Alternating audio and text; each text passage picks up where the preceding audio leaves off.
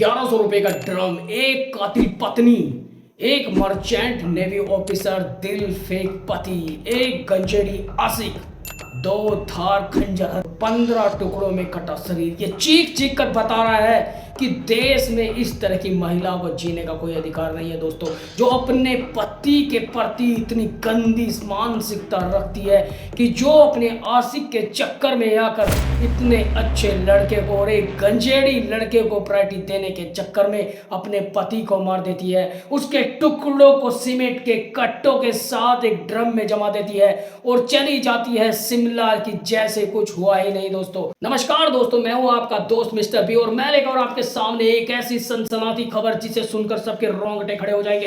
देश के अंदर चलने वाली और कहर की तरह बरसने वाली खबर के बारे में बात करते हैं दोस्तों। मैं बात कर रहा हूं सौरभ राजपूत के बारे में, जिसके 15 टुकड़े उसके घर के ड्रम से मिले हैं दोस्तों।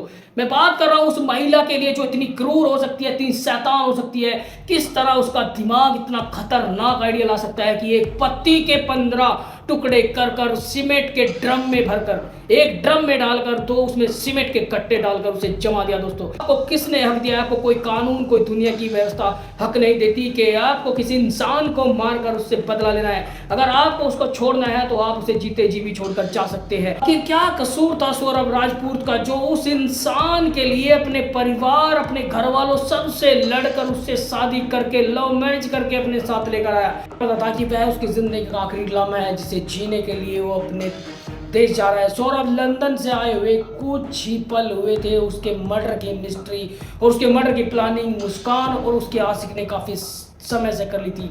मुस्कान ने एक ड्रम वाले की दुकान से 1100 रुपए में एक ड्रम खरीदा है दोस्तों। वहीं पर ड्रम वाले ने मीडिया को बताया कि ये कुछ दिन पहले एक लड़की हमारे यहाँ से ड्रम खरीदने आई, जिसने तोल मोल भाव भी नहीं किया और बिना किसी तोल मोल भाव के वो ड्रम लेकर चली गई। ये साजिश इतनी गहरी थी कि ये साजिश काफी समय से चल रही थी कि जैसे ही सौरभ आएगा उसको मारने की प्लानिंग कैसे करनी है। दोस्तों मैं बात कर रहा हूँ मेरठ शहर के ब्रह्मपुरी थाना क्षेत्र के इंदिरा नगर मास्टर कॉलोनी के रहने वाले सौरभ राजपूत के बारे में बात कर रहा हूँ दोस्तों, जिसे उसकी पत्नी मुस्कान और उसके गंजेड़ी आशिक साहिल शुक्ला ने नशे की गोलियां खिलाकर रात के समय उसके सीने में खंजर मार मार कर उसे खत्म कर दिया और उसके टुकड़ों को सीमेंट के डब्बे में पैक कर दिया। सौरभ शाम के टाइम जैसे ही खाना खाने बैठा तो उसी समय मुस्कान ने उसके खाने में नशीली दवाई मिला दी, जिससे सौरभ रात को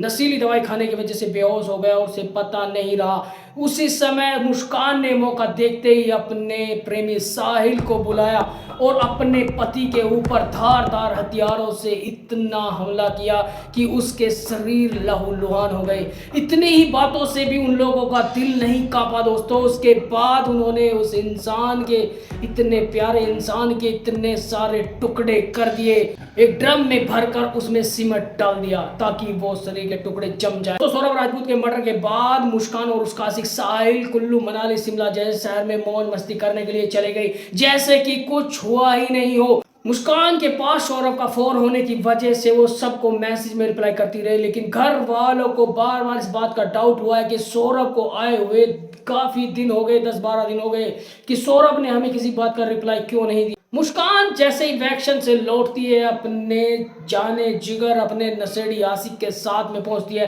वो सीधी अपने मायके में जाती है और जाकर सारी सच्चाई बता देती है और सच्चाई को अलग ढंग से पेश करती है। मीडिया के सूत्रों के अनुसार बताया गया है कि मुस्कान ने सबसे पहले अपने पिता को बताया कि उसकी सौरभ की हत्या कर दी गई है, लेकिन सौरभ की हत्या किसने की ये मुझे नहीं पता। तो पिताजी ने उसके फेवर में आकर उससे प्यार से पूछा कि बेटी सच बताओ क्या बात है, मैं तुम्हारे साथ हूँ। तब मुस्कान के ऊपर उसके पिता ने ज्यादा प्रेशर दिया, तब जाकर मुस्कान ने कहीं मुंह खोला कि मैंने और साहिल ने दोनों ने नशे की हालत में सौरभ के साथ में ऐसा घिनौना काम किया। साहिल और मुस्कान दोनों अपनी जिंदगी खुशी से जी रहे थे। 10-15 दिन डिस्को मौज मस्ती सब इस तरह जिया जिस तरह की कुछ हुआ ही नहीं। वहीं पर एक डिलीवरी बॉय के द्वारा एक केक ऑर्डर किया गया और ऑडियो मैसेज व्हाट्सएप पर भेजकर उसे एक स्थान बताया गया कि तुम्हें यहाँ पर एक केक डिलीवर कराया है। धीरे धीरे सारी चीजों के सबूत पुलिस ने इकट्ठे कर लिए दोस्तों। वहीं पर आप मैं बात करना चाहता हूँ कि जब पहले समय में महिलाओं को एक पर्दे में एक जगह पर कैद करके रखा जाता तो क्या वो सही था दोस्तों? महिलाओं के इतना इंडिपेंडेंट होने के के बावजूद ही महिलाओं के द्वारा ऐसे ऐसे कदम उठाए जा रहे हैं। क्या ये एक आम इंसान के लिए क्या किस तरह का संदेश है? आजकल की जनरेशन क्या चाहती है, मैं जानना चाहता हूं आप लोगों से। क्या सच में अगर ऐसी जनरेशन सच में इस तरह के मैसेज देगी तो आने वाले 10-20 साल में देश का हाल क्या होने वाला है? मैं बात कर रहा हूं आजकल की कुछ शातिर महिलाओं के बारे में बात करना चाहता हूं दोस्तों, जिससे किसी भी चीज से कोई मतलब नहीं है कि तुम्हारा पति तुमसे कितना प्यार करता है, वो तुम्हारे लिए दिन रात कितनी मेहनत करता है, किस तरह मरता है धूप में, किस तरह तपता है, कमा कर कैसे तुम्हारे लिए लाता है। एक इंसान तुम्हारे कहने पर पढ़ लिख कर कामयाब हो जाता है, एक मर्चेंट नेवी ऑफिसर बन जाता है, एक पुलिस वाला बन जाता है, एक बहुत अच्छी नौकरी, एक रेलवे में, एक अलग अलग डिपार्टमेंट में नौकरी लेने के लिए इतनी मेहनत करता है। वहीं पर तुम जैसी महिलाएं उन इंसान के पास जाकर भी इतना सारा सुख मिलने के बावजूद भी तुम लोग उस इंसान के साथ एक अच्छी जिंदगी नहीं जी सकते और उसे मारने की प्लानिंग इतनी शातिर तरीके से तुम्हारे दिमाग में चल रही थी। आखिर हो क्या गया है इस यहाँ देश की महिलाओं को? आखिर कहाँ सो गया है तुम्हारा जमीर? क्या सच में तुम्हारे अंदर इतनी कड़वाहट भरी है एक पति के साथ में? अगर पति के साथ से तुम्हें अलग होना है तो डाइवोर्स लेकर तुम अलग क्यों नहीं हो जाती? क्योंकि तुम्हारे होने से अगर उन्हें तकलीफ है या उनके होने से तुम्हें तकलीफ है तो जाहिर सी बात है किसी को ना मारे आप उनसे अलग हो सकती है। उसे मार कर आपको सजा से भी कोई नहीं बचा सकता अगर आपको। वहीं पर दोस्तों बात करना चाहता हूं मैं अतुल सुहास के केस के बारे में बात करना चाहता हूं कि निकिता पत्नी के द्वारा प्रताड़ित किए गए अतुल सुहास ने कुछ दिन पहले भी फांसी लगाकर अपनी जान देती थी। वहीं पर इंदौर के रहने वाले नितिन पाटीदार के द्वारा भी पत्नी से प्रताड़ित होने के बाद फांसी लगाकर आत्महत्या की गई थी। वहीं अतुल सुहास ने अपने 24 पन्नों के नोट्स में अपनी पूरी दास्तां बयां की। वहीं पर नितिन पाटीदार ने भी 14 पन्नों में अपने सुसाइड के बारे में पूरी दास्तां बयान की। अभी कुछ दिन पहले का एक आगरा का वीडियो आया जो टीसीएस मैनेजर मानव शर्मा के बारे में है दोस्तों। उनकी पत्नी ने किसी और के साथ में रिश्ता बनाया, इस वजह से मानव शर्मा ने अपनी जान दे दिया। वहीं पर इस गंजेड़ी आशिक के बारे में बात करते हैं कि इस गंजेड़ी आशिक साहिल शुक्ला ने सबसे पहले इस लड़की मुस्कान को अपने फेवर में लाया, उसके साथ में बहुत सारे गलत संबंध रिश्ते रखे।